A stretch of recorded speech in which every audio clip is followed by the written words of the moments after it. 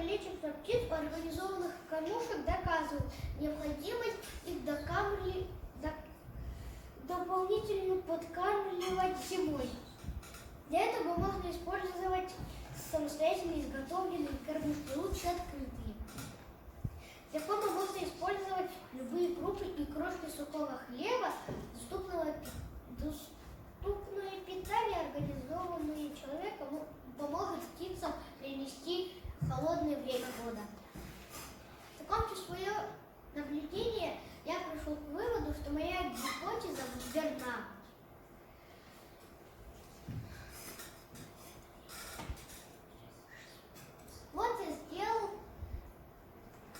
Вот я сделал с папой самостоятельно кормушку. Я положил туда крошки хлеба, и на следующий день я увидел, что там были уже воробушки. Они съели все крошки, и они были очень голодные, поэтому они так все съели быстро. Я задал своим друзьям вопрос. Считаете ли вы, что в нашем крае стало птиц меньше? Они ответили да, нет.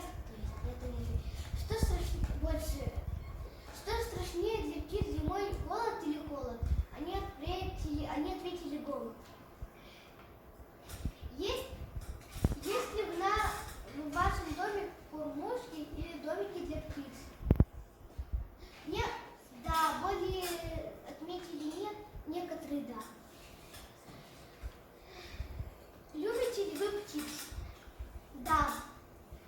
Как вы думаете, пользу или вред приносят птицы? Они ответили, не знаю. Как вы думаете, воробьи строят гнезда? Не знаю. Чем питаются воробьи летом?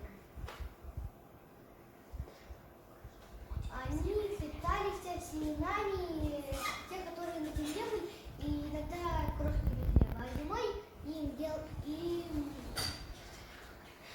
им давали люди, мы строили эти кормушки, и там они кушали. Да, вот. Все, спасибо.